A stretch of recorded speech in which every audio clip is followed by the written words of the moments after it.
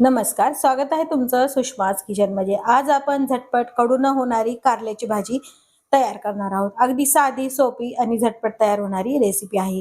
ही भाजी तुम्ही टिफिनला, लंचमध्ये, डिनरमध्ये पण करू शकता। अजिबात कडू होणार नाही। रेसिपी शेवटपर्यंत बघा। रेसिपीला सुरुवात करण्याआधी तुम्ही जर माझ्या चॅनलवर नवीन असाल तर चॅनलला लाईक करा, शेअर करा आणि सबस्क्राईब करायला विसरू नका। आता आपण कारल्याची भाजी तयार करायला सुरुवात करूया। आज आपण कारल्याची भाजी झटपट अशी टिफिनसाठी किंवा लंच डिनरसाठी कशी बनवायची ते पाहूया।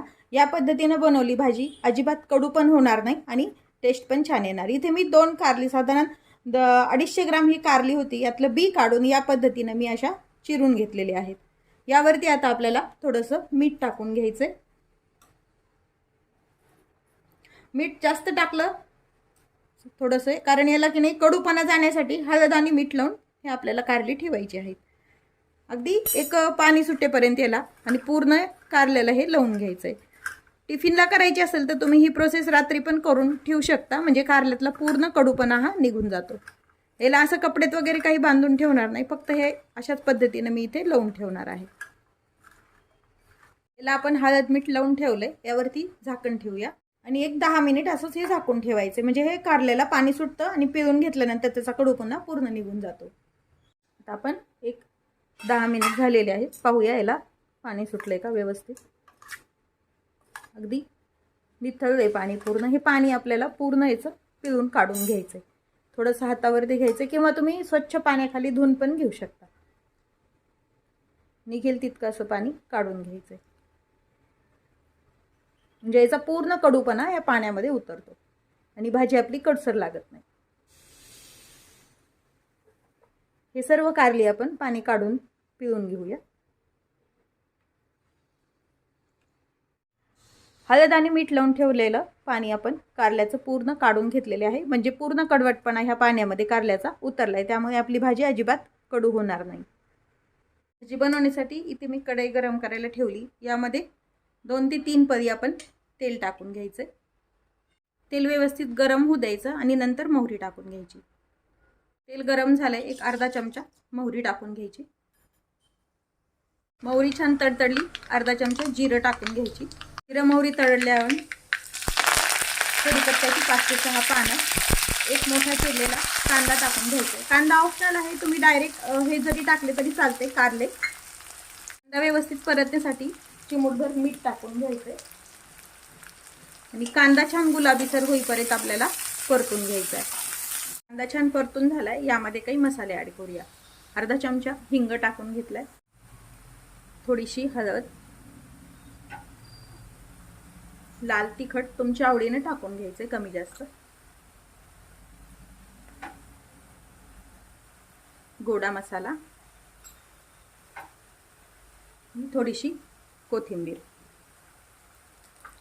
मसाले छान 1-2 मिनिट परतून घेऊया।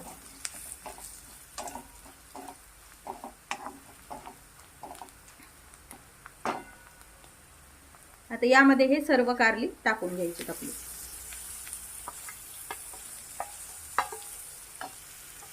मसाले, कांदा, कारले छान मिक्स करून घ्यायचे।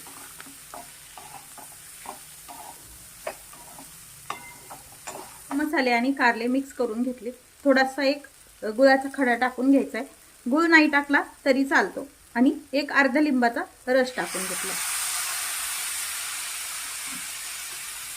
आता हे पुन्हा एकदा मिक्स करून घ्यायचे।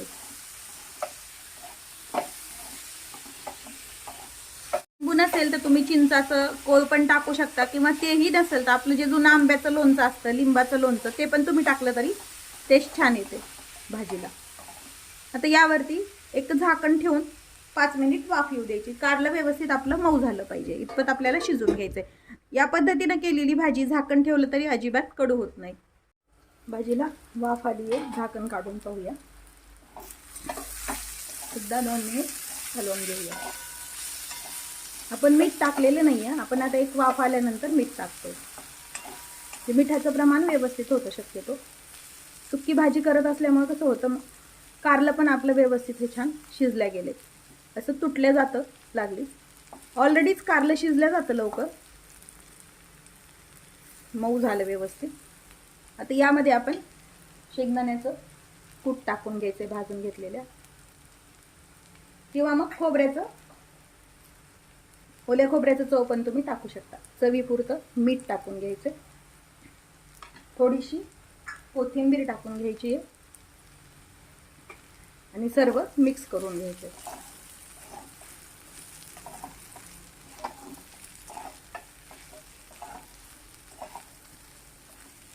भाजी तयार आहे. गॅस बंद करूया. तयार आहे आपली टिफिनसाठी, लंच, डिनरसाठी कारल्याची चमचमीत भाजी. रेसिपी नक्की करून पहा. रेसिपीला लाईक करा, चॅनलला सबस्क्राईब करा, तसेच बेल नोटिफिकेशन पण ऑलवर प्रेस करा, म्हणजे तुम्हाला माझ्या प्रत्येक नवीन रेसिपीचं नोटिफिकेशन सर्वात आधी येईल. अशाच नवीन रेसिपीसोबत पुन्हा भेटूया. तोपर्यंत बाय बाय. व्हिडिओ पाहिल्याबद्दल खूप धन्यवाद.